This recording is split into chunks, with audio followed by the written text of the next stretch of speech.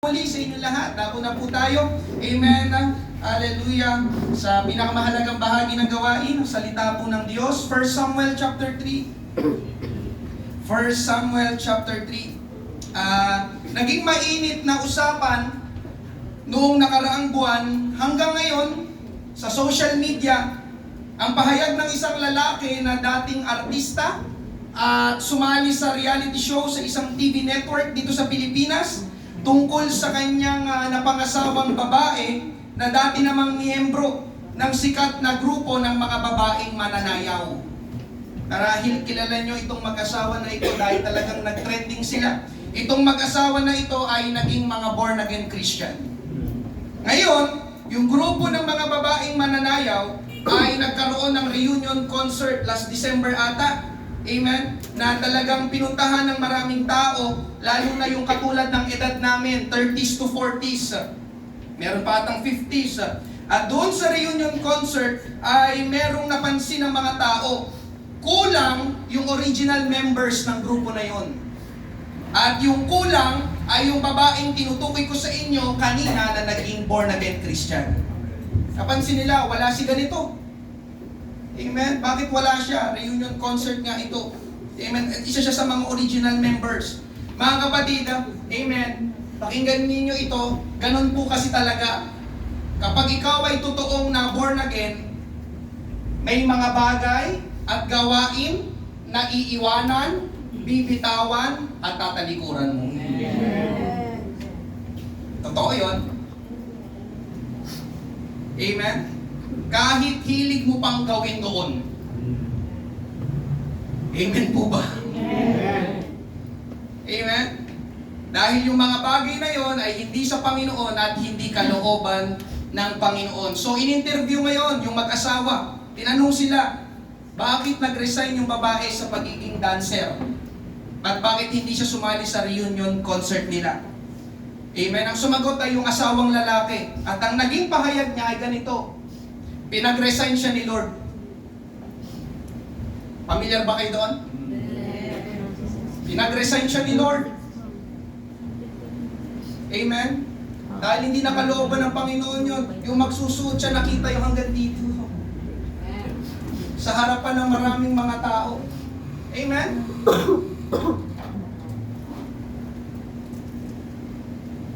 Naunawaan po ba? Hindi na. Amen? Kami binago na ng Panginoon, sabi ng mag-asawa. Yung naging pahayag ng lalaki, naging usap-usapan sa social media. At nagkaroon ng samot-saring komento mula sa mga tao, kasali pati ang mga artista at vloggers. Yung iba ay naging laban sa kanila, at yung iba naman ay pumanig sa kanila. Katunayan, diba, yung iba ginawang meme. Pag sinabing meme, yung ginawang katatawanan. Yung sinabi ng lalaki, sabi ng iba, buti pa sila, pinag-resign ni Lord. Sabi nung iba, sana all, anak ng Diyos, kasi sila lang ang kinakausap ni Lord. Amen? Kasi para sa mag-asawang yun, mga kapatid, naging malinaw sa kanila ang tinig o pangungusap ng Panginoon. Amen? Hindi ko alam, silang kinausap, sabi, mag-resign. Sa kanyang profession, sa kanyang trabaho. Amen? Sinasabi nung lalaki na yon, mga kapatid, na kinausap sila o nangusap sa kanilang Panginoon. At dahil sa pangyayaring yun, ay na-inspire akong gumawa ng pangangaral tungkol sa pangungusap ng Panginoon o tinig ng Panginoon. Nakakatuwa kayo na si Brother Joseph, di po kami nag-usap, sabi niya, di ba, kayo na, amen, ipanalangin natin ang mangaral ngayong gabi, tinig ng Panginoon ang marinig natin. Narinig niyo ba kanina yun? Amen. At yun po ang gusto kong ipunto at ipangaral ngayong umaga, ang tinig ng Diyos. Sa ating babasahing main text sa Bible, amen, merong isang bata na nagsalita o nangusap ang Diyos sa kanya. Ito ay si Samuel. Kilala niyo po ba si Samuel? 1 Samuel chapter 3 verses 1 to 10. Basahin na po natin na noong mga panahong naglilingkod si Samuel sa Panginoon, sa ilalim ng pangangalaga ni Eli, madalang nang makipag-usap ang Panginoon. At kakaunti na rin ang mga pangitain.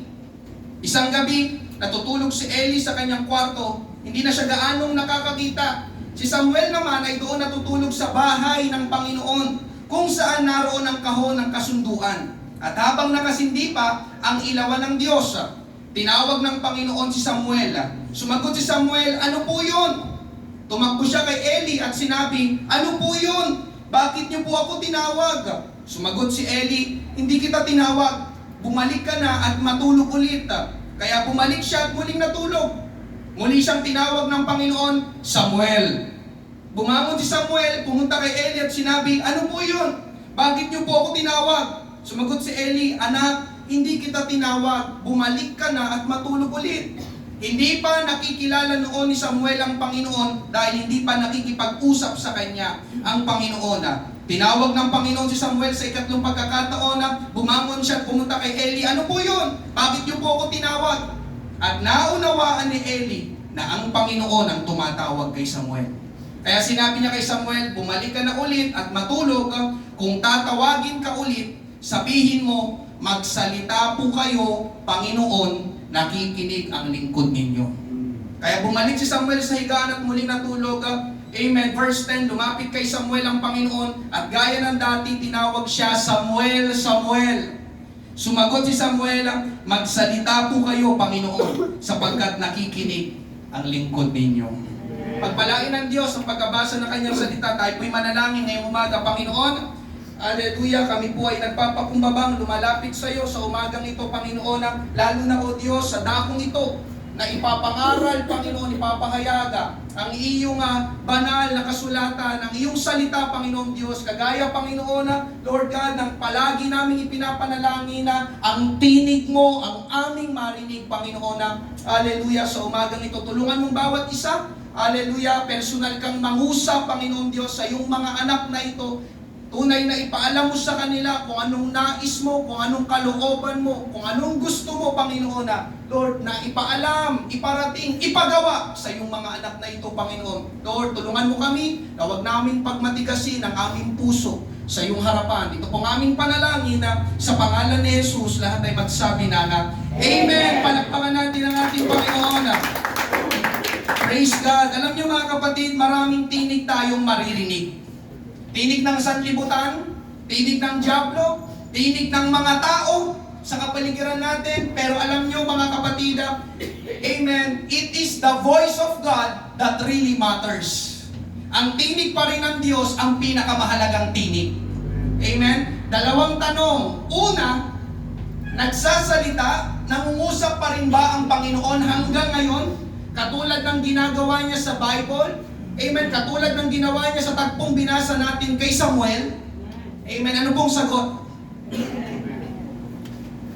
Ang sagot po ay oo. Hanggang ngayon, nangungusap pa rin ang Panginoon sa bawat isa.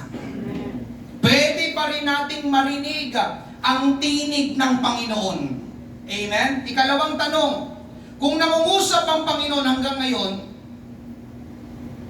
naririnig mo ba ang Panginoon? Nakakarinig ka pa ba ng tinig ng Diyos? Sapagkat delikado mga kapatid, kapag hindi mo na naririnig ang tinig ng Diyos. Amen? Kaya mga ngaral po ko ngayong umaga, amen, hearing the voice of God. Amen? Hearing the voice of God. Marinig ang tinig ng Diyos. Meron po tayong tatlong bagay na pag-uusapan kung paano nating maririnig ang tinig ng Diyos. Una, mga kapatid, place is relevant. Place is relevant. Kung gusto nating marinig ang tinig ng Diyos, may kinalaman ang lugar. Mahalaga ang lokasyon. Amen? Alam nyo mga kapatid, hindi sa lahat ng lugar ay mangungusap ang Panginoon sa atin. Pero may isang lugar na palaging magsasalita at mangungusap ang Panginoon sa atin. Alam niyo kung saan? Sa bahay ng Panginoon. 1 Samuel chapter 3 verses 3 to 4. Si Samuel naman ay doon natutulog sa bahay ng Panginoon. Naroon si Samuel sa bahay ng Panginoon, kung saan naroon ang kahon ng kasunduan. At habang nakasindi pa ang ilawan ng Diyos, verse 4, tinawag ng Panginoon si Samuel. Tinawag ng Panginoon si Samuel sa bahay ng Panginoon. Nagsalita ang Panginoon kay Samuel sa bahay ng Panginoon. Nangusap ang Panginoon kay Samuel sa bahay ng Panginoon. Naroon siya, amen, sa bahay ng Panginoon. Kaya kung gusto nating marinig ang salita o tinig ng Panginoon, i-position o ilagay natin ang ating sarili sa tamang lugar at yun ay sa bahay ng Panginoon. Amen? Ang bahay po ng Panginoon na tinutukoy dito ay ang templo. Sa kapanahunan nila sa Bible times, amen, ang ipinapatayo mga kapatid, amen, para sambahin ang ating Panginoon, ang tawag nila ay templo. Mababasa niyo po yun sa ibang salin ng Tagalog. Amen, kahit basahin niyo po ito sa ibang salin ng Tagalog, ang tawag ay templo. Amen, at ang templo po mga kapatid ay larawan naman ng church sa panahon natin ngayon. Hindi na templo ang tawag natin, kundi church. Tama ba? Kapag nagyaya kayo, halika, church tayo. Attend tayo sa church. Amen? Wala naman siguro sa inyo nagsabi dito, halika, punta tayo sa templo. Amen? Church na ang ginagamit na salita sa bahay ng Panginoon. Makikita po natin yun sa kahit sa bagong tipan. Babasahin ko po sa English, Acts 13:1-2. The church at Antioch had several prophets and teachers. They were Barnabas, Simeon, also called Niger, Lucius from Cyrene, Manaen, who was Herod's close friend, and Saul. While they were worshiping the Lord and going without eating, the Holy Spirit told them, yung salitang told them, nagsalita sa kanila, appoint Barnabas and Saul to do the work for which I have chosen them. So nandito mga kapatid, nangusap ang Diyos sa pamamagitan ng banal na Espiritu kay Barnabas at Saul. Saan? Sa church. Sila ay nasa church. The church at Antioch, ang iglesia sa Antioquia. Ang setting mga kapatid ay sa church. Amen? Kaya ngayong umaga mga kapatid, kung gusto nating marinig ang tinig ng Diyos, may kinalaman ang church. Mahalaga ang church. Church is relevant. Amen? Bakit sa church mga kapatid? Dahil sa church, pinapangaral ang Bible, ang salita ng Diyos. At ang Bible mga kapatid ay hindi lang basta mga tinta na nakasulat sa papel na naging aklat, kundi ang Bible po mga kapatid ay ang mismong salita ng Diyos. Kaya kapag pinapangaral ang Bible, ang salita ng Diyos, amen, parang nagsasalita na rin ang Diyos sa atin. Can you say amen? Katulad nung pangangaral ko last Sunday mga kapatid, di ba? Sinasabi natin, dadako na tayo sa pinakamahalagang bahagi ng gawain, ang pangangaral ng salita ng Diyos. Dahil sa pangangaral, nagsasalita at nangungusap ang Diyos. Amen? Sino sa inyo ang nakaranas na nakaupo ka dyan, habang nakikinig ka ng pangangaral, tapos biglang may sinabi sa pangangaral na parang ikaw ang tinutukoy. Ako yun ah. May alam ba si pastor? May nagsabi ba kay pastor?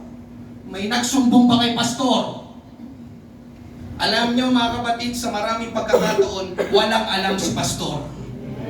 Hindi ko po palaging eksaktong alam ang nangyayari sa inyo sa araw-araw. Maliban na lang kung sasabihin ninyo sa akin. Amen? Ang ginagawa ko lang po mga kapatid ay nangangaral lang ako. Pero yun nga yun ang ginagawa ng pangangaral. Yun ang ginagawa ng salita ng Diyos. Nangungusap ang Diyos sa atin sa pamamagitan ng pangangaral ng kanyang salita. Hebrews 4:12, sapagkat buhay at mabisa ang salita ng Diyos at higit na matalas kaysa sa alinmang espadang magkabilang talim. Tumatagos ito hanggang kaluluwa at espiritu. Amen. Ang salita daw ng Diyos talagang tumatagos pati sa kaibuturan ng ating puso. Amen. At hanggang sa kasukasuan at kaloob-looban ng buto, nalalaman nito ang pinakamalalim na iniisip at hinahangad ng tao. Amen. Kaya alam niyo mga kapatid, pakinggan niyo ito. Amen. Kapag natatamaan ka sa pangangaral, hindi ka pinapatamaan ni pastor. Diyos ang nangungusap sa iyo. Paano mo nasabi pastor? Dahil hindi alam lahat ni pastor ang tungkol sa buhay mo. Pero ngayong umaga mga kapatid, alam ng Diyos ang lahat tungkol sa iyo. Nalalaman nito pati ang pinakamalalim na iniisip at hinahangad ng tao. Amen? Kaya mga kapatid, amen? Bakit pinakamahalagang bahagi ng service ang pangangaral? Dahil sa pangangaral ka, kakausapin ng Diyos. Amen? At totoo ito mga kapatid. Amen? Ilang beses nang nangyari dito sa church marami sa inyo, pagtapos ng pangangaral, lalapit sa akin, Pastor, ako yun. Para sa akin yung pangangaral. Yun yung aking pinagdadaanan ngayon. Yun yung nangyari sa amin kahapon. Yun yung matagal ko nang tinatanong sa Panginoon, Pastor, na sagot sa pangangaral. Tama ba? Ay, ganun ba?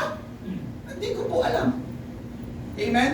Nagsasalita ba ng totoo si Pastor? Amen. Ilang beses mga kapatid, amen? Kung nagulat ka, nagulat din ako kasi wala nga akong alam. Amen? Nangaral lang ako mga kapatid. Kaya alam nyo mga kapatid, napakahalaga ng bawat pagtitipon. Hanggat maaari kapag may service, huwag kang a-absent. Sabi ko, huwag kang a-absent. Bakit? Dahil dito sa church may pangangaral ang salita ng Diyos. Amen? Hindi ka kakausapin ng Panginoon sa kakanood mo ng TV. Kasi ibang tinig ang maririnig mo doon. Amen? Hindi ka kakausapin ng Panginoon sa mall. Kasi ibang tinig din ang maririnig mo doon. Alam mo kung tinig ang maririnig mo doon? Tinig ng sale. Kaya pag uwi mo, nagtataka ka, bakit wala na akong pera? Hindi ka kakausapin ng Panginoon, amen, sa iyong kaka-Facebook. Dahil maraming tinig din sa Facebook na hindi tinig ng Panginoon. Kaya paano maririnig mo ang tinig ng Panginoon kung nasa maling lugar ka? Amen po ba? Amen. Mga kapatid, nandito sa church ang salita ng Panginoon. Dito sa church mo maririnig ang tinig ng Panginoon. Kaya mahalaga ang church. Amen. Hallelujah. At hindi lang sa pangangaral mga kapatid, amen, pati sa pananalangin nangungusap din ng Panginoon. Amen. Ang akala kasi paminsan natin ang panalangin ay one-way communication. Tayo lang nagsasalita. No, mga kapatid, ang panalangin ay two-way communication. Nagsasalita ka, amen, pero hayaan mo din magsalita ang Panginoon sa iyo. Totoo, Pastor? Yes. Amen. Kaya sa mga nananalangin dito sa church, may mga sandali na tatahimik ka. Amen. Para marinig mo ang pangungusap o tinig ng Panginoon sa iyo. Nandiyan pa po ba kayo, yung mga nananalangin dito sa church? Hindi yung buga ka ng buga, yung Panginoon para, yung hindi makabuelo, hindi makapagsalita kasi salita ka ng salita. Amen? Hallelujah. Pero pag hihinto ka, huwag masyadong matagal. Bakit? Kasi makakatulog ka. Minsan nilingon si Pastor.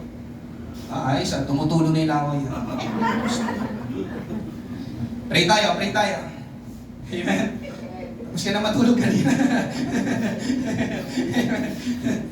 Hallelujah. Pero alam niyo mga kapatid, sa panalangin ang uusap din ng Panginoon.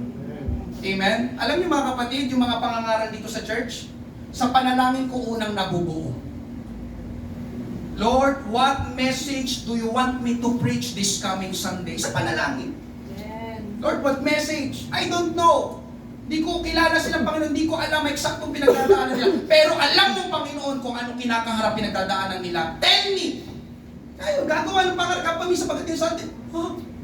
Sino kaya dito talaga nagsusumbong kay Pastor? Yun nga mga kapatid, nangungusap ang Panginoon. Kaya every time sa panalangin mga kapatid sa church, grabe, Lord, salamat. Ang dami palagi. Okay, sige Lord, yung ba? Yun ba ang topic? Yun ba ang message? Yun ba ang pangarap? Sige, Panginoon. Thank you. Hallelujah. Lord, bahala ka na ha. Magsasalita lang ako. Amen? Alam niyo mga kapatid, hallelujah. Ina-encourage ko ang bawat isa. Amen? Kung kaya mong pumunta tuwing umaga para manalangin dito sa church, punta ka. Gusto mo marinig ang tinig ng Panginoon? Manalangin ka dito sa church. Pero yun mo mga kapatid, may kinalaman pa rin ang lugar. Dito tayo sa bahay ng Panginoon, kakausapin ng Panginoon. At hindi lang din sa panalangin at pangangaral, kundi pati sa mga pastor na merong gift ng pagbibigay ng prophecy, gift of wisdom, gift of knowledge. Amen. Kung kilala nyo si Pastor Jun Gallo, naging bisita natin siya dito. Amen. Third anniversary. Amen. May mga kapatiran dito na nabigyan ka ng words galing sa Panginoon sa pamamagitan ni Pastor Jun. Nakilala niyo ba siya? Naalala niyo ba siya? Pag-altar call, di ba? Pwede ba ako magsalita sa'yo? Gaganon siya. Pwede ba ako magsalita sa'yo? Itong sabi ng Panginoon, bla bla bla bla bla bla. Meron dito, amen, nabigyan ng words, amen, sa pamamagitan ni Pastor June. Umattend kami sa Marikina Church last year ba yun? Amen, naging bisita nila naman si Pastor June. So, umattend kami, gano'n na naman, merong dalawang kabataan dito, si Julie, si RJ. Doon sa altar call, amen, binigyan sila ng word si Pastor June. At nakikinig ako, syempre. Hindi sila kilala ni Pastor June, pero kilala ko itong dalawang ito. Napakabait itong dalawang ito.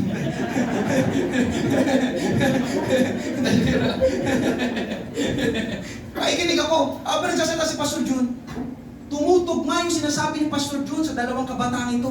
Kasabi ko, Lord, ikaw nga itong nangungusap.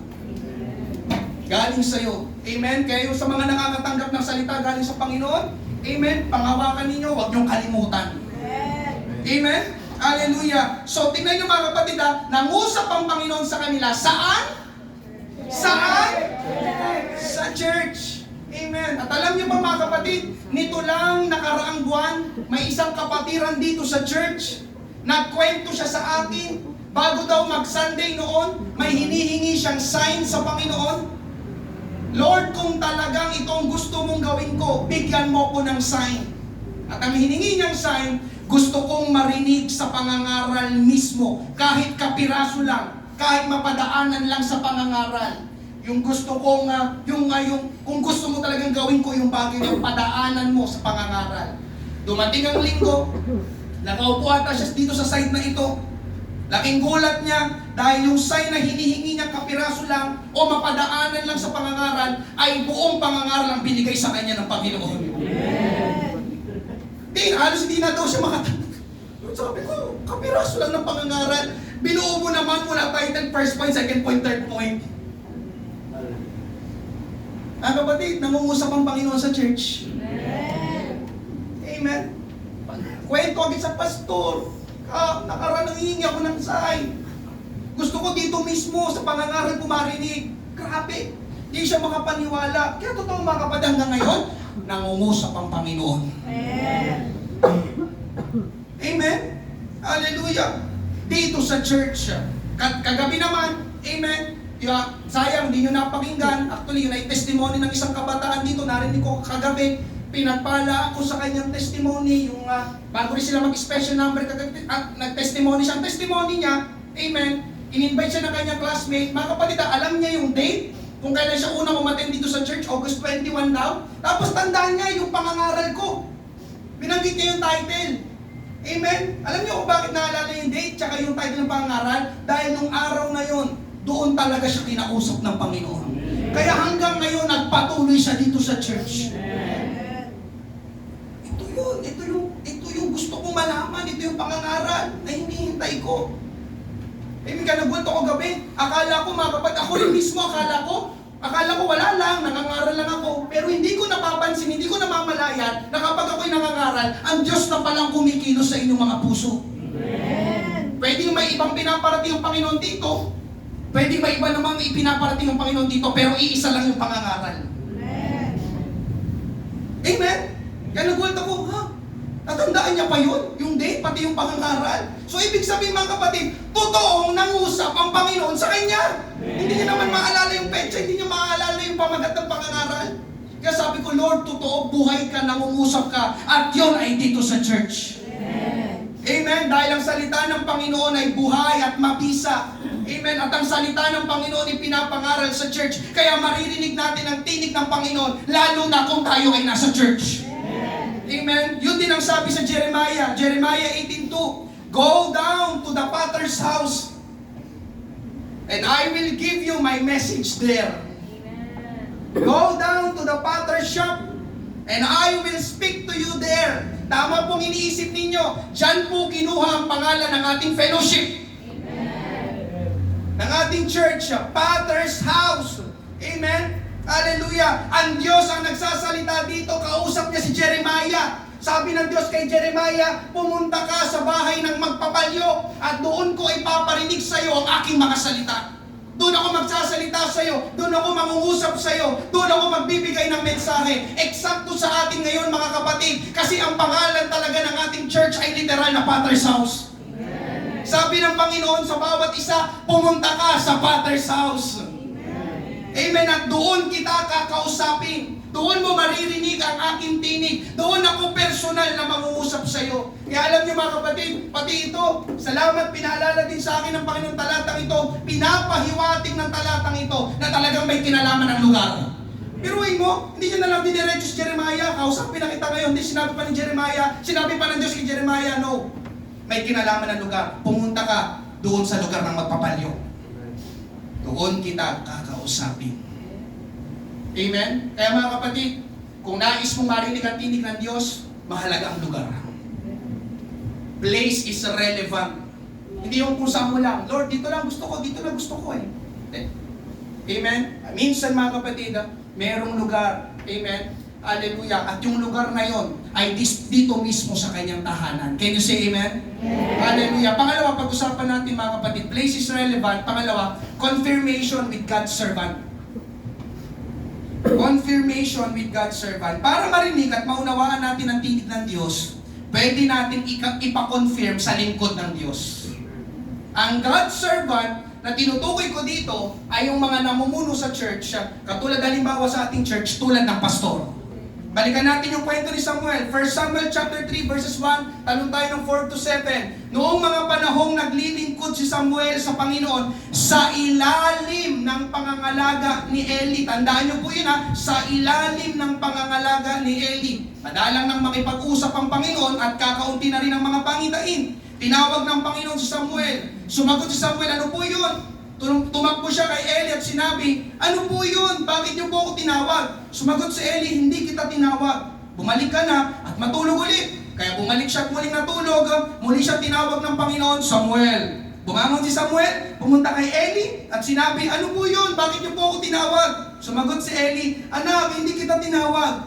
Bumalik ka na at matulog ulit. Hindi pa nakikilala noon ni Samuel ang Panginoon dahil hindi pa nakikipag-usap sa kanya ang Panginoon. Si Eli dito mga kapatid ay ang high priest, punong saserdote sa templo. At ang sabi sa binasa natin, nasa kanyang pangangalaga si Samuel. Si Eli sa panahon natin ay kumbaga ang pastor sa church. Tama? Nangangalaga kay Samuel, nangangalaga sa templo. Amen? Alam niyo mga kapatid, isa sa larawan na binigay ng Bible sa church ay kawan, flock. Amen? Ang flock mga kapatid ay binubuo ng pastol at mga tupa. Pastol, mga tupa, shepherd and sheep. Amen? Kahapon ko lang nalaman, walang palang plural yung salitang i-sheep, no? Hindi pala siya sheeps. Sheep lang pala, sabi ko, kaya nag-error doon sa ano ko yung sheeps. Pagtingin ko, wala palang plural yung sheep lang siya. Amen ka? Shepherd and sheep. Pero mga sheep na yon. Amen? Hallelujah. Tingnan niyo mga kapatid, 1 Peter chapter 5 verse 2. Alagaan ninyong mabuti ang mga mananampalatayang kasama ninyo. Sino mga mananampalataya ngayong umaga? Katulad sila ng mga tupa. At kayo ang mga tagapag-alaga nila. Dapat taus-puso nyo silang pangalagaan kahit na matigas ang wala pala kahit matigas ang sorry. Dapat taus-puso ninyo silang pangalagaan dahil ito ang nais ng Diyos. Amen. Napansin niyo mga kapatid, yung binasa, ang mga mananampalataya ay inialin tulad sa tupa. At ang tupa, hindi mabubuhay ng walang pastol. At doon sa pastol, kinuha yung salitang pastor. Kaya nga pastor, kahit i-research niyo po mga kapatid. Amen po ba? Hallelujah. Kaya ang sinusulatan dito sa binasa natin ay mga pastor na tagapag-alaga ng mga tupa o tagapag-alaga ng mga mananampalataya. Kaya ang church mga kapatid ay binubuo ng pastor at ng mga mananampalataya. Ngayon, balikan natin sina Eli at Samuel. Tinawag ng Panginoon si Samuel. At itong si Samuel pumunta kay Eli na nag-aakala na si Eli ang tumawag sa kanya. Amen? Samuel. Punta si Samuel. Ano po yun, Pastor Eli? Bakit niyo po ako tinatawag? Sabi naman ni Eli, hindi kita tinawag. Bumalik ka na at matulog ka ulit. Amen? Pangalawang beses. Tumawag na naman ang Panginoon, Samuel. Si Samuel, punta na naman siya. Pastor Eli, ano po yun? Bakit niyo po ako tinatawag? Sabi ni Eli, anak, hindi kita tinatawag. Bumalik ka na at matulog na ulit. Amen? Ngayon, umaga mga kapatid, bakit kay Eli pumupunta si Samuel sa tuwing tinatawag siya ng Panginoon? Bakit kay Eli pumupunta si Samuel sa tuwing tinatawag siya ng Panginoon? Ang sagot ay makikita natin sa talatang 7. Pakibalik please sa verse 7. Thank you. Hindi pa nakikilala noon ni Samuel ang Panginoon dahil hindi pa nakikipag-usap sa kanya ang Panginoon. Ibig sabihin mga kapatid, hindi pa talagang nakakarinig ng tinig ng Diyos si Samuel o hindi pa pamilyar si Samuel dito sa tinig ng Panginoon. Kaya hindi niya naunawaan na ang Panginoon na pala ang tumawag, amen, o nangungusap sa kanya. Tama ba mga kapatid? May mga pagkakataon na hindi mo rin matukoy at hindi mo rin makilala ang tinig ng Diyos. Nalilito ka, napapaisip ka, tinatanong mo sarili mo, tinig ba ng Diyos yun? Ang Panginoon ba talaga yung nagsasalita sa akin? Lord, is that you? Ikaw ba yan? Sino sa inyong ganun paminsan? Alam niyo mga kapatid, kapag ikaw ay nalilito sa tinig at pangungusap ng Diyos, pwede natin gayahin si Samuel. Ano bang ginawa ni Samuel? Ang ginawa ni Samuel ay palagi niyang pinupuntahan si Eli. Ang kanyang pastor ang nangangalaga sa kanya. Samuel, wala siya pumunta sa nanay niya, hindi siya pumunta sa tatay niya. Kay Eli siya tatakbo. Pastor Eli, tinawag niyo po ako, ano po yun? Nakuha niyo yung point?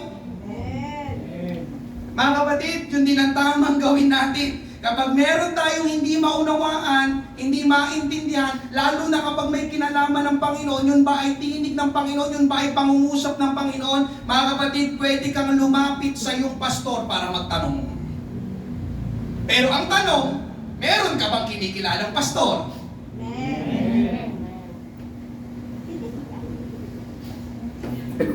Kasi kung wala, paano yun? Amen? Kayo ka magtatanong, patay na si Madam Auring. Amen? Bakit sa pastor? Dahil ang usapin ay tinig ng Diyos, salita ng Diyos.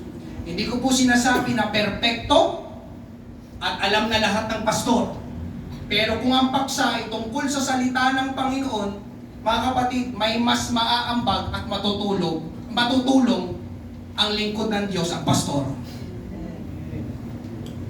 Amen? Teka nga lang, tanungin ko construction worker, sa tingin mo, yung narinig ko, pangungusap ba ng Panginoon yun? Sabi ni ng construction worker, di ko po alam, nag-ano na kami ng buwangan. Di ba? Nabigyan siya po yung point mga kapatid. Pinalaman ko sa tingin ng Panginoon. Diba, minsan yung parang gano'n mga kapatid, ano ba yun? Parang may, talagang may, ano ba yun? Parang may gumagambahan na nangungusap sa akin. Mga kapatid, tingnan nyo, balikan natin sina Samuel at Eli. Nung ikatlong beses nang tinawag ng Panginoon si Samuel, napagtanto na unawaan ni Eli na yun pala ay tinig salita ng Panginoon. Sinong nakakilala sa tinig ng Panginoon? Si Eli. Sino si Eli? Ang pastor ng panahon na yun. Amen? Ang Panginoon pala ang tumatawag kay Samuel. 1 Samuel 3:8, tinawag ng Panginoon si Samuel sa ikatlong pagkakataon. Bumangon siya at pumunta kay Eli. Ano po yun? Bakit niyo po ako tinawag? At naunawaan ni Eli na ang Panginoon ang tumatawag kay Samuel. Naunawaan ni Eli na ang Panginoon ang nangungusap kay Samuel. Sabi dito ni Eli, alam ko na. Amen? Nagsasalita ang Panginoon sa aking kapatid na yun. Tinig ng Panginoon, nangungusap ang Panginoon sa kanya. Amen? Mga kapatid, ang sinasabi dito, mas kilala ni Eli ang salita ng Panginoon kaysa kay Samuel. So ano meron, pastor? Kaya pwede nating ma-confirm o ipa-confirm ang tinig o salita ng Panginoon sa tulong ng pastor. Hindi ko po itinataas ang aking sarili ngayong umaga mga kapatid. Amen? Hallelujah. Pero itong ipinapakita ng talatang ito, ng kwento na ito na pinag-aaralan natin ngayong umaga. Mga kapatid, kapag nalilito kayo, Kung hindi ka sigurado sa iyong iniisip, sa iyong gagawin, kung yun ba ay sa Panginoon, kung yun ba ay galing sa Bible, kung yun ba ang sabi ng Panginoon, huwag mahihiyang magtanong. Ang sabi ko, huwag mahihiyang magtanong. Amen. Kasi minsan lalapit lang sa pastor, amen, kapag tapos na niyang gawin. Tama? Diba? Kapag may problema na, yung ganun, tsaka lalapit sa pastor. Amen po ba? Amen. Mga kapatid, mas mabuting lumapit at magtanong sa pastor na kilala ang Panginoon at alam ang Bible kaysa lumapit sa mga taong hindi mananampalataya. Amen. Mga kapatid, hindi kasi na mananampalataya, hindi nila alam ang Bible. Paano nila mako-confirm kung yun ay galing sa Panginoon o salita ng Panginoon? Alam mo, magtanong ka sa manginginom, tingin mo kalooban ng Panginoon yun? Ang ano? Ang mag-inom tayo. Aba, syempre. Wala na. Oh, naunawaan niyo po ba? Alam nga, lalapit ka, magtatanong ka sa mga hindi mananampalataya. Amen? Tulad na lang halimbawa, magbibigay ako ngayong umaga. Oh, listen. Mainit na usapin ngayon sa social media ang LGBTQ. Oh, tumahimik sila. Oh, tumahimik sila. Ganyang paksa, oh. Kanino ka magtatanong patungkol doon? Sa LGBT din. Ano nga asahan mo sasagot nila? Amen? Amen. Sa hindi mananampalataya, alam niyo mga kapatid, ang dapat pagtanungan ay yung alam ang Bible. Amen. Pastor, bakit Bible? Amen? Dahil ang Bible, mga kapatid, ay walang mali at hindi ito, amen, nagkakamali. Ito palagi nagsasabi ng totoo. Kaya alam niyo mga kapatid, ang Bible, kaya nga tawag salita ng Panginoon eh. Salita ng Panginoon. Nagkakamali ba ang Panginoon? Magsisinungaling ba ang Panginoon? Kaya alam niyo mga kapatid, ang dapat na maging pamantayan ng ating buhay, listen, ang dapat na maging standards ng ating buhay, ng ating mga ginagawa, ng ating pamumuhay, dapat ang standards ay ang Bible. Amen. Nung nakaraan lang, amen? Dinadala kasi ako ni Brother Ogie sa kanilang mga kamag-anak pag Friday. Ayun na nga, sabi ko, as expected, ang tanong. Sabi ko, question and answer tayo. Ang layo ng tanong niya. Pastor, di ba ngayon pinag-uusapan social media LGBT? Sabi ko, okay, as expected. Amen? O sige, edi sinagot ko. Mga kapatid, amen, ang isasagot ko hindi ayon sa sarili kong opinion. Ang isasagot ko ay kung anong sinasabi ng Bible. Amen? Kasi ang opinion ng tao walang matibay na basehan. Saan galing? Saan galing ang opinion mo na yan? Andiyan pa po ba kayo? Amen. Mga kapatid, amen, paglalapit kayo sa akin, ito ang maririnig nyo rin sa akin. Pastor, bakit yan? Dahil itong Bible, hindi ka dadalhin sa masama. Hindi ka dadalhin ng Bible sa impyerno. Dadalhin ka ng Bible sa langit. Andiyan pa po ba kayo? Amen. Amen? Hallelujah. Tulad ng usapin tungkol sa pagpapakasal at pagli-live-in. Tama? Isa ito sa mga mainit na usapin pa minsan. Bakit ba kailangan magpakasal? Nagkasama na rin naman kami. And they live happily ever. Hotdog.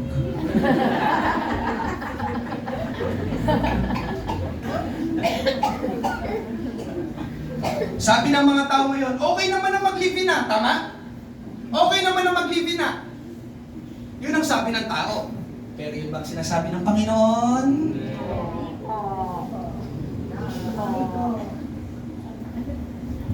Di ba? Wala akong ibang isasagot sa inyo. Amen? Hindi pakiramdam ko, hindi opinion ko, hindi pananaw ko, hindi palagay ko. Andiyan pa po ba kayo? Amen. Amen? Tulad ng usapin. Amen? Tungkol sa pag-iikapo, tithing. Mainit na usapin din dito sa church. Pastor, naginip ako kagabi. Nangusap si Lord sa akin. Huwag na daw tayong mag-ikapo. Sister, si Lord ba talaga nangusap sa'yo? O si Taning? O, di ba? Ano ba yun? Sa Diyos ba yun? Magtanong. Ang sabi ko, magtanong. Amen. Hindi yung atake ka ng atake. usapin tungkol sa pamahiin. Meron ba dito hanggang ngayon naniniwala sa pamahiin? Mga kapatid, di ba? Senior ka na. Pakiusap, di ba? Pamahiin pa rin. Amen.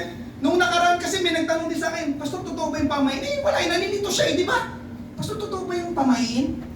Amen. Mga kapatid, hindi po totoo ang pamahiin. I will say it again, hindi po totoo ang pamahiin. Hindi po totoo na kapag nagwalis ka sa gabi, ay lalabas ang malas. Gusto mong lumabas ang malas sa inyong bahay? Lumabas ka.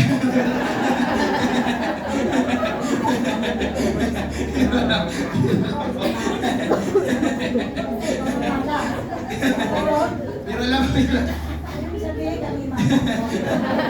wala po dito. Ang malas dito, amen. Mga kapatid, amen. Hallelujah. Hallelujah. Wala pong nakalagay sa Bible na swerte at malas. Wala po. Nabasa ko na po ang Bible. Wala po nakalagay na swerte at malas. Amen. Ang nakalagay po sa Bible ay pagpapala at sumpa. Amen. Blessing and curse. Yun po ang sinasabi ng Bible. At isa pa, mga kapatid, tandaan mo ito. Kung hanggang ngayon natatakot ka pa rin sa pamahiin, wala pong pamahiin na mas makapangyarihan kaysa sa Diyos. Amen. Kaya hindi ako naniniwala sa pamahiin, naniniwala ako sa salita ng Diyos. At walang pantapat ang pamahiin sa salita ng Diyos. Amen. Kaya kapag may dumaan na itinapusa sa harapan nyo, ay ano, dumaan lang naman. Eh, pastor, nagsalita eh, nag-excuse me. Nagita ba po ka? Ano ba yan? Ito na naman si pastor eh. Sorry. Amen. Mga kapatid, paniwalaan natin ang sinasabi ng Panginoon kaysa sa sabi-sabi ng tao. Ulitin ko, mas paniwalaan natin ang sinasabi ng Panginoon kaysa sa sabi-sabi ng tao. Amen. Ito pa, isa pa, may nito usapin, tungkol sa usapin, sa pag-abroad. Pangingibang bansa. Alam niyo mga kapatid, listen, sa mga nagbabalak dito mga ibang bansa, ang pinapayo po ng ating church, sa mga gustong mga ibang bansa, gustong mag-abroad, lalo na kung ikaw ay may pamilya, pag-isipan mong mabuti.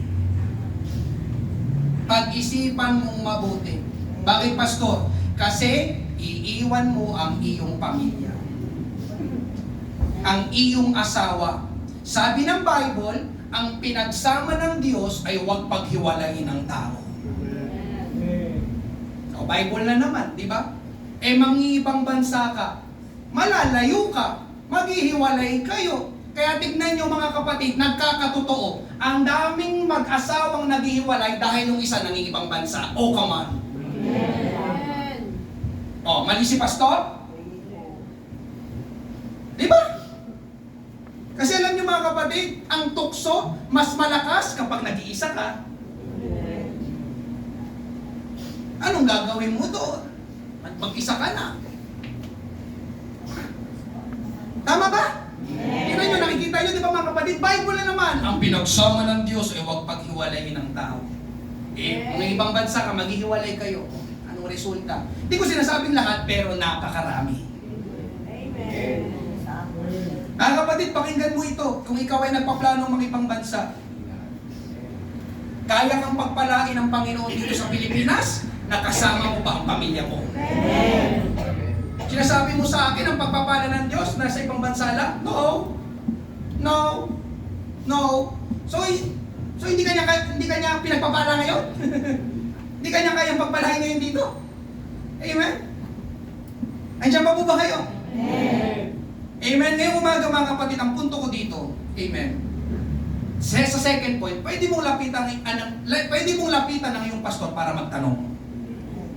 Mga kapatid, ngayong umaga, kung ikaw ay mayroong pastor, mas maniwala ka sa iyong pastor. Hanggang ngayon mga kapatid, ako na pastor, nagtatanong ako sa aking pastor, kay Pastor Boyet. Alam niyo mga kapatid, ang totoo? Medyo na nakakatawa ito, pero alam niyo mga kapatid, mas naniniwala pa ako kay Pastor Boyet kaysa sa tatay ko. Yes! Mas naniniwala pa ako ako kay Pastor Boy at kay sa tatay ko. Eh kasi si Papa, hindi pa talaga yung rooted sa salita ng Diyos eh. Ano itatanong ko sa kanya? Amen? Alam nyo, kapag may problema ako, ang lapit ko kay Pastor Boy eh. Amen. At yun nga, kapag natatapos kami mag-usap na aming pastor, lagi ako napapalakas. Lord, salamat, meron akong pastor. Amen? Dahil mas alam ni Pastor Boyd ang Bible, ang salita ng Panginoon, kaysa sa tatay ko. Hindi po ako ganyan sa tatay ko, baka sabihin ninyo. Amen? Hallelujah. Diba? Tatay ko yun. Pero iba mga kapatid, kapag ikaw ay merong kinikilala, nilalapitan, pinagtatanungan na pastor. Kaya ibig sabihin mga kapatid, hallelujah, talagang mako-confirm ang salita ng Panginoon sa tulong ng yung pastor. May papanood po ako sa inyong video. Papanood ako, Julie. Mga ano po yan, 1.5 hour.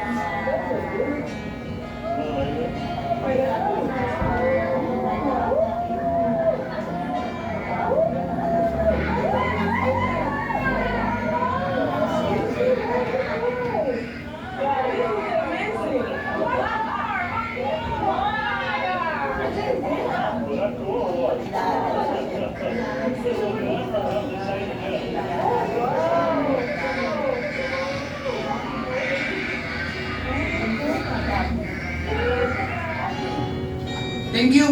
Thank you, thank you. Praise God. Napansin nyo mga kapatid, may naunang 3 tao na tumatawag sa mga tupa. Pero hindi sila pinansin ng mga tupa, ni hindi nga sila tinignan. Pero nang tumawag na ay ang kanilang pastol, tinginan agad yung mga tupa. Nakita nyo po yun, yung reaksyon ng mga tupa? Tapos napanood natin, lapit silang lahat sa kanilang pastol. Because the sheep know their shepherd's voice. Kilala ng mga tupa ang tinig ng kanilang pastol, at dahil kilala nila ang tinig ng kanilang pastol, mas nagtitiwala sila sa kanilang pastol. Para bang sinasabi ng mga tupa doon sa video, nung tinawag sila ng hindi nila pastol, di ba parang sabi ng mga tupa, may tumatawag sa kanila, bahala ka dyan, ang ingay mo. Ay, kita papakinggan, hindi naman ikaw ang pastor ko. Kuha nyo? Diba? Ang daming, diba, 3 tinig yun. Hindi kita papakinggan, hindi naman ikaw pastor ko. Bahala ka dyan, kakain lang ako dito. Mga kapatid, yun na nagiging problema ngayon sa mga mananampalataya. Kaya hindi nagiging malinaw sa kanilang tinig ng Panginoon ay dahil ang dami nilang pinapakinggan. Naghalo-halo na. Amen? Ang aral na pinapakita ng video na ito mga kapatid, sa napakaraming tinig na maririnig natin sa mundong ito, mga kapatid, ulitin ko, hindi ko ito tinataas ang aking sarili, pero mas magtiwala ka sa iyong pastor. Amen? Kahit tanungin niyo po ang inyong mga anak kung tinuturuan ko po silang magdroga. Kahit kayo, mga kapatid. Amen? Hallelujah. Wala ko ditong pinayuhan na, sige, tanong ka na sa binti. Wala! Di ba mga kapatid? Hallelujah. Kaya nga tanong, meron ka bang kinikilalang pastor? Yung pastor na magdadala, maglalapit sa iyo sa Panginoon at pastor na magko-confirm ng kanyang salita para sa iyo. Balikan natin sina Eli at Samuel. Si Eli ang nag-confirm na yun ay tinig ng Panginoon, na si Samuel ay tinatawag ng Panginoon. Sabi ni Eli, Samuel, tinig yan ng Panginoon. Kaya tingnan niyo ang sabi sa verse 9. 1 Samuel 3:9, kaya sinabi niya kay Samuel, bumalik ka na ulit at matulog. Kung tatawagin ka ulit, sabihin mo, magsalita po kayo, Panginoon. Nakikinig ang lingkod ninyo. Kaya bumalik si Samuel sa higaan at muling natulog. Alam niyo mga kapatid, habang pabalik siguro si Samuel sa kanyang kwarto, amen, hallelujah, ang iniisip niya, tumatakbo sa isipin niya, yung pala ang tinig ng Panginoon. Tinatawag pala ako ng Panginoon. Nakuha niyo po ba? Amen. Ang nag-confirm ay ang kanyang pastor. Ulitin ko, ang nag-confirm ay ang kanyang pastor. Amen. Amen? Pangatlo, panghuli, ngayong umaga. Gusto mo marinig ang tinig ng Diyos? Para marinig natin ang tinig ng Panginoon, mahalaga ang lugar, mahalaga ang nangangalaga sa atin, at ikatlo, listen, mahalaga ang pusong handang makinig. Mahalaga ang pusong handang makinig. Willingness to listen. Ibig sabihin ng willingness, gusto mo, willing ka, interesado ka na mapakinggan ang salita ng Panginoon. Kasi alam niyo mga kapatid, amen, pakinggan niyo po ito, hindi mo maririnig ang tinig ng Panginoon, hindi mangungusap ang Panginoon sa iyo, kapag alam niya na hindi ka namang interesadong pakinggan ang salita niya. Alam mo, hindi mangungusap, pag hindi ka interesado, huwag kang mag-expect na maririnig mo ang tinig ng Panginoon. Hindi mangungusap ang Panginoon sa iyo. Pwede, yes, pwedeng nandito tayo sa church, amen, pwedeng nandito sa church ang physical na katawan natin, pero pwedeng wala dito sa church ang puso at isip natin. Naglalakbay sa malayo. Amen? Hindi na nakafocus sa salita ng Panginoon. Hindi mo maririnig ang tinig ng Panginoon na nangungusap sa iyo kapag hindi ka nakafocus sa salita ng Panginoon. Amen? Kaya alam niyo mga kapatid, hindi mo maririnig ang pangungusap sa iyo ng Panginoon kung iniisip mo ngayon ang pupuntahan mo mamaya pagtapos ng service.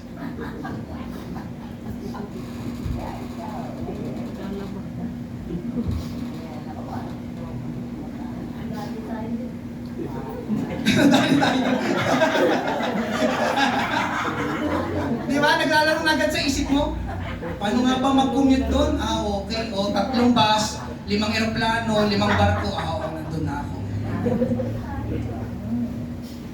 Hindi mo maririnig ang tinig ng Panginoon. Listen, hindi mo maririnig ang tinig ng Panginoon kung inaalala mo ngayon ang naiwan mong mga labahin. Kapag lalaban na ang Pastor, bilisan mo na. Hindi pa ako nakabili ng Downy. Hindi mo marinig ang tinig ng Panginoon kung tutulugan mo lang ang pangangaral. Wala natutulog dito. Bato-bato sa langit. Hindi mo marinig ang tinig ng Panginoon kung ang iniisip mo ay yung mga bayarin, gastusin. Nag-isip dito ng mga bayarin.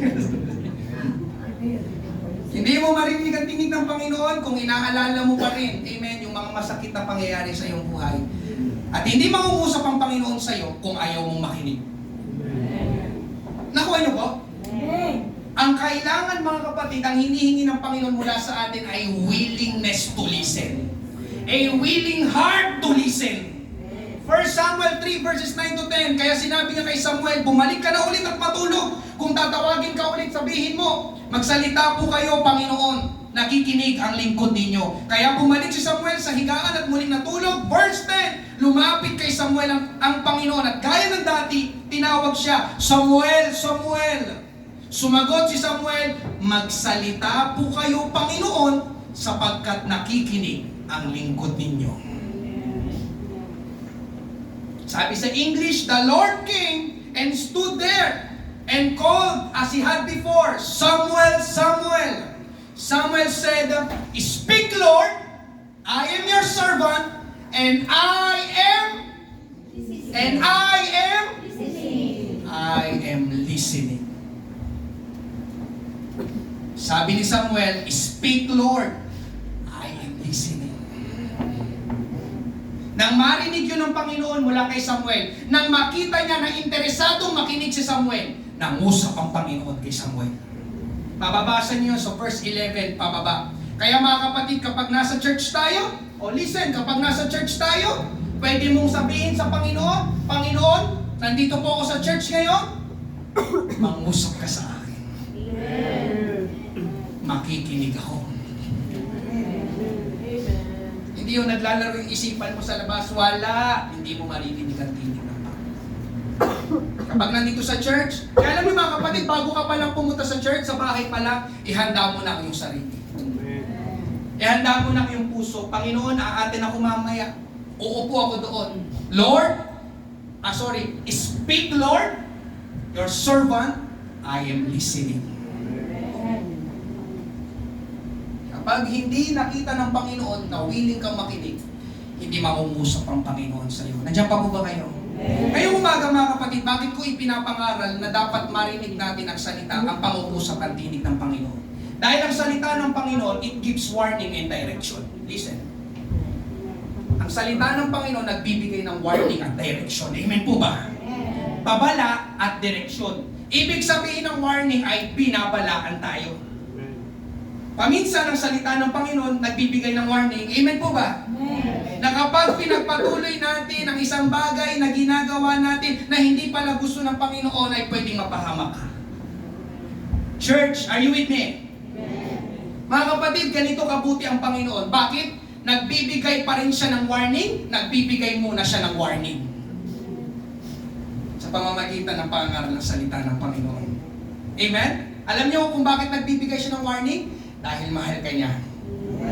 At ayaw niyang mapahamak ka. Amen po ba? Kaya minsan, di ba sa preaching, di ba parang, anak, huwag mo nang ipagpatuloy yan. Ikakapahamak mo yan. Church, hello? Kaya lang ang problema, matigas ang ulo natin. Meron na tayong gustong gawin. Meron na tayong nakaplano. At kung ano yung gusto natin, yun ang pinagpipilitan natin. Can you say amen, church? Amen. Kaya may mga tao, kahit mananampalataya, na ayaw pakinggan ng salita, ang pangungusap, ang tinig ng Panginoon. Kasi baka magkaiba ang gusto niya sa gusto ng Panginoon at baka mapalitan ang gusto niyang gawin. May gusto na akong gawin. May plano na ako. At yun ang gagawin ko. Nandiyan pa po ba kayo, church? Ayoko nang mapalitan. Kasi minsan pag narinig mo tinig ng Panginoon, ay hindi pala yun. Mapapalitan, mababago. Mga kapatid, listen. Harapin lahat sa akin. Kapag ikaw'y nakakatanggap ng pangungusap, ng warning galing sa Panginoon, amen, huwag mong pagmatigasin ang iyong puso. Ulitin ko, huwag mong pagmatigasin ang iyong puso. Makinig ka sa Panginoon. Hebrews 3:7-8. Kaya gaya ng sinasabi ng banal na Espiritu, kung marinig nyo ngayon ang tinig ng Diyos, huwag ninyong patigasin ang puso nyo. Malinaw mga kapatid, sinasabi talaga ng Bible. Huwag niyong patigasin ang puso ninyo. Nandiyan pa po ba kayo? Ang tinutukoy dito mga kapatid, ang context nito ay yung mga Israelita na naglakbay sa ilang. Amen. Alam natin ang kwento mga kapatid, napakatigas ang ulo ng mga Israelita dun sa ilang, kaya marami sa kanila namatay, marami sa kanila hindi nakapasok sa lupang pangako. At sabi dito, ina-apply ngayon sa atin ito, huwag nyo silang gayahin, sabi. Kapag narinig nyo ang tinig ng Diyos, huwag nyong patigasin ang puso ninyo. Kasi kapag pinatigas ninyo ang puso ninyo at ayaw makinig sa Panginoon, pwede kang mapahamak. Kapatid ko sa Panginoon, pwede kang mapahamak. Nagbibigay ng warning ang Panginoon dahil nagmamalasakit, nagpapahalaga at iniibig ka niya. Amen? Hallelujah. Alam nyo mga kapatid, yung nagmamatigas, listen, yung mga nagmamatigas, sila yung mga nagmamataas. At yung mga nagmamataas, sila ang mga napapahamak. Amen? Nagbigay ng babala ang Diyos, hindi mo pinakinggan, ayan, mahamak ka tuloy. Napakinggan mo sa pangangaral, itigil mo na ang pag-iinom, itigil mo na ang pag-iinom. Bago pa may mangyaring masama sa'yo. Di ba? Pwedeng warning yun eh. Narinig mo, naku, tigil ko na palang pag-iinom. Eh, hindi ka nakinig. Di ba? Sabi ng Panginoon, hindi mo ako pwedeng sisihin, nagbigay ako ng warning sa'yo sa church. Nandiyan pa po ba kayo? Mga kapatid, walang kaluguran ng Panginoon sa nagmamataas. Ang Panginoon ay nalulugod sa mga nagpapakumbaba.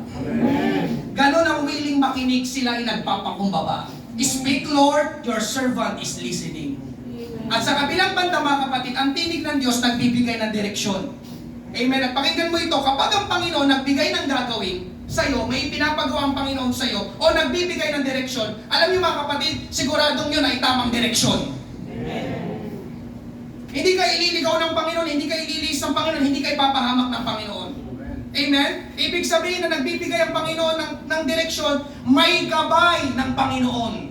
Kaya yung dulo nun, talagang para sa ikabubuti natin. Sabi sa Psalms 119:105, ang salita nyo ay katulad ng ilaw na nagbibigay liwanag sa aking dadaanan. Salitaan nyo, Panginoon, katulad ng ilaw na nagbibigay liwanag sa aking dadaanan. Yung sinabing dadaanan, yan ay tumutukoy sa direksyon. At maraming tao ngayon, mga kapatid, mali ang direksyon na dinadaanan. Bakit? Dahil walang ilaw. Kapag walang ilaw, madilim. At sinong naniniwala na mahirap maglakad sa daanang madilim? Ito ba yung tama? Ito ba yung tamang daan? Amen? Kaya yun ang dahilan, mga kapatid, kung bakit kailangan nating mapakinggan at malaman ng salita ang pangungusap, ang tinig ng Panginoon. Dahil ang tinig ng Panginoon ay nagbibigay liwanag. At dahil maliwanag, nakikita mo ng malinaw ang iyong dadaanan. Hindi ka maliligaw, nasa maayos at tamang direksyon. Amen? Alam niyo mga kapatid, ang isa sa kahulugan ng talatang ito na binasa natin, amen, ang tinutukoy dito ay yung ating mga decisions and choices. Sa pagpili ng mga decision. Amen. Tingnan nyo, ang ganda ng sa The Passion Translation, Psalms 119:105. Amen. Same verse, pero sa English, truth's shining light guides me in my choices and decisions. The revelation of your word makes my pathway clear. Sino dito pa minsan nahihirapang gumawa ng mga pagpapasya? Ang salita daw ng Diyos, nagbibigay liwanag. Nagiging malinaw kung anong pipiliin mo. Amen. Hallelujah. Ayon sa salita ng ating Panginoon. Amen. Alam nyo ngayong umaga, mga kapatid, mahalaga ang salita ng Diyos sa pagpili at paggawa ng desisyon. Lagi mong tatandaan, hindi ka mas matalino kaysa sa Panginoon. Amen. Kaya kapag gagawa ng desisyon, kumonsulta ka sa Panginoon. Ano bang sinasabi ng Bible tungkol doon sa gagawin ko, sa binabalak ko, sa pinaplano ko? Diyan pa po ba kayo? Truth shining, di ba? Nagliliwanag na ilaw ang gumagabay sa iyong mga pagpili at pagpapasya. Ngayong umaga, mga kapatid, hallelujah, sabi ni Devon Franklin, we schedule meetings sa aking pagtatapos to keep our business going in the right direction. We need to schedule meetings with God to help keep our lives going in the right direction. Di ba mga kapatid, yung mga kumpanya, paminsan nagkakaroon sila ng meeting, at doon sa meeting, pinapakinggan nila pwede yung CEO, yung may-ari ng kumpanya, pinapakinggan nila yung tinig. Amen? Nung presidente, nung CEO, para mapabuti pa yung takbo ng kumpanya. Alam niyo mga kapatid, ganun din daw ang tama nating gawin. Gusto mong maging mabuti, tama ang takbo ng iyong buhay, makipag-meeting ka palagi sa Panginoon. Schedule meetings with God to help keep our lives going in the right direction. Amen? Kaya ngayong umaga, mga kapatid, hallelujah, nakalagay dyan sa inyong harapan of the many voices we hear around us. Amen? The voice of God is the most important. Sa dinami-dami ng tinig na maririnig mo dyan sa labas, mamaya paglabas mo, napakarami na namang tinig na maririnig mo. Tama po ba? Amen. Kapatid, amen, ang tinig pa rin ng Diyos ang pinakamahalagang tinig sa lahat. Amen. It is the voice of God that really matters. Kaya kapag binasa nyo ang buhay ni Samuel, naging maayos ang takbo ng kanyang buhay at naging pagpapala siya sa buong Israel. Bakit? Dahil pinakinggan niya ang tinig ng Panginoon. Ngayong umaga mga kapatid, amen, nakakarinig ka pa ba ng tinig ng Diyos? Nangungusap pa ba talaga ang Panginoon sa iyo? Dahil kung hindi nangungusap ang Panginoon sa iyo, amen, i-check mo, amen, ang iyong buhay, baka wala na sa tamang direksyon. Dahil ang salita ng Panginoon nagbibigay ng tamang direksyon. Can you say amen? Amen. Amen. Sa aking pagkatapos mga kapatid, kapag may pinapagawa din ng Panginoon sa inyo, alam mo Panginoon yon? Alam ko Panginoon talaga to eh. Huwag mong tanggihan. Kapag may pinapagawa ang Panginoon sa iyo, may gagawin din ng Panginoon sa iyo. Amen po ba? Amen. Ngayong umaga mga kapatid, amen, magsiyuko tayo lahat. Praise God. Kung gusto mong marinig ang tinig ng Diyos, mahalaga ang lugar. Mahalaga ang nagpapastor sa'yo. Mahalaga ang puso handang makinig. Yung tatlong iyon mga kapatid, place is relevant, confirmation with God's servant, and willingness to listen. Speak, Lord, I am listening. Amen. Tinig na makakabuti sa'yo. Tinig na magbibigay ng tamang direksyon sa'yo. Tamang landas sa'yo. Amen. Sa lahat ng bahagi sa iyong buhay. Amen. Kaya huwag natin i-miss ang church. Narito ang salita ng ating Panginoon. Meron po bang first time ngayong umaga? Nais ka namin aniyahan dito sa harapan. Kung hindi mo pa tinatanggap si Jesus, ang ating Panginoong Jesus, amen, itong tamang pagkakataon, huwag mong sayangin, tanggapin mo siya ngayon din bilang Panginoon at tagapagligtas ng iyong buhay. Amen. Maaari ba namin makita ang iyong kamay? Praise God. Hallelujah. Kung wala, amen, tayong lahat pala dito ay mga magkakapatid sa ating Panginoon. Mag-altar call pa rin tayo. Amen. At sa paglapit mo dito sa harapan, hallelujah, hallelujah. Thank you, Lord. Paglapit mo dito sa harapan, napakahalaga nung third point, willingness to listen. Pag nandito ka sa harapan, speak, Lord, your servant is listening. Pwede kang kausapin ng Panginoon ngayon din mismo sa lugar na ito. Binubuksan po natin ang ating altar. Amen. Habang tayo po yung maawit, sukdulang biyaya. Praise God. Hallelujah. We give you glory. We give you praise. Lord, tinig mo, nais namin marinig. Patuloy kang mangusap sa amin, Panginoon.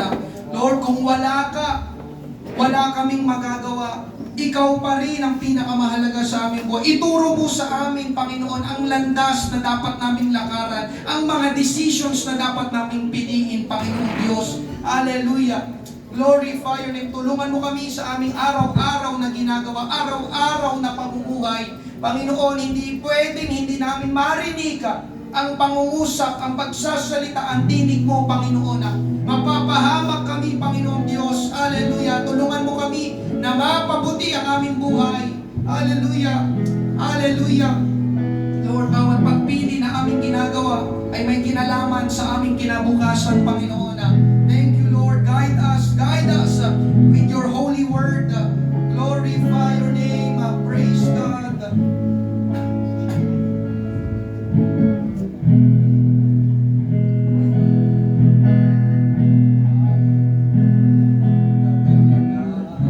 Nasuklian ka ng mabuti sa lahat mong ginawa. Habang hindi karapat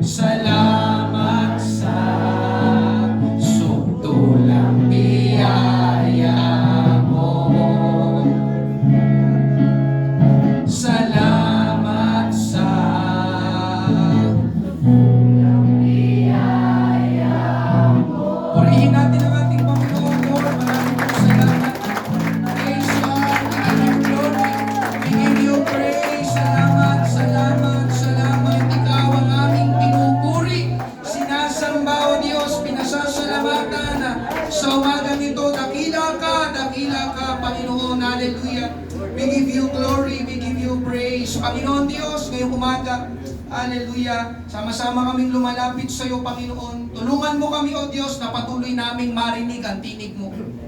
Lord, kailangan namin ang pangungusap mo sa amin. Anong nais mo, anong gusto mo, anong ayon sa kalooban mo, Panginoon. Hallelujah, yun ang aming gawin, yun ang aming sundin, yun ang aming piliin, Panginoon Diyos, sapagkat sa kalooban mo kami, Panginoon, tunay na mapapabuti ang aming buhay. Lord, continue to speak, hallelujah, in every hearts, Lord God, sa aking mga kapatid na ito, patuloy kang personal na mangusap sa kanila. Kailangan ka namin, O Diyos, kailangan ka ng aking mga kapatid na ito. Personal nilang marinig, Panginoon, ang tinig mo. Sa mga decision, sa mga pagpili na kanilang ginagawa, hallelujah, patuloy nila, Panginoon, na sang-ayunan ang iyong banal na salita. Maraming salamat ngayong umaga sa ginawa mo, sa pangangaral ng iyong salita, sa pangungusap mo, Panginoong Diyos. Huwag naming baliwalain, sayangin ang bawat salita mo na aming napapakinggan sa lugar na ito sa iyong tahanan. Maraming pong salamat, ingatan mo pong bawat isa. Hallelujah, pagpalain mo, Panginoon, ang iyong mga anak na ito, sumaaming patuloy ang pag-iingat mo, Panginoon. Napakahalaga ng pag-iingat mo sa amin sa araw-araw. Kalakasan, Panginoon Diyos, hallelujah. Provision, Panginoon Diyos, hallelujah. At ang patuloy na pagsama mo sa aming buhay. Sapagkat kung kami ay hiwalay sa iyo, ay wala kaming magagawa. Marami pong salamat, Panginoon Diyos, hallelujah. Balik mo po kami sa susunod na gawain. Ang bawat sitwasyon, kalagayan na aming kakaharapin, ay alam namin na kasama ka namin. Panginoon, ulitin ko, Panginoon Diyos, patuloy kang mangusap sa amin. It is your voice that really matters, Lord God. Ang dami muli naming tinig na mapapakinggan sa labas. Lord, tulungan mo kami na aming makilala at matukoy ng maayos kung ano ang pangungusap, salita at tinig mo. Marami pong salamat. Ito po ang aming panalangin. Sa pangalan ni Jesus, lahat ay magsabi ng Amen! Palagpakan natin ang ating Panginoon. Praise God! Hallelujah! Maraming salamat po sa bawat isa. Amen! Sa aking mga kapatid dito sa Panginoon. Ingat po kayo pag-uwi. Pagpalain tayo ng ating Panginoon.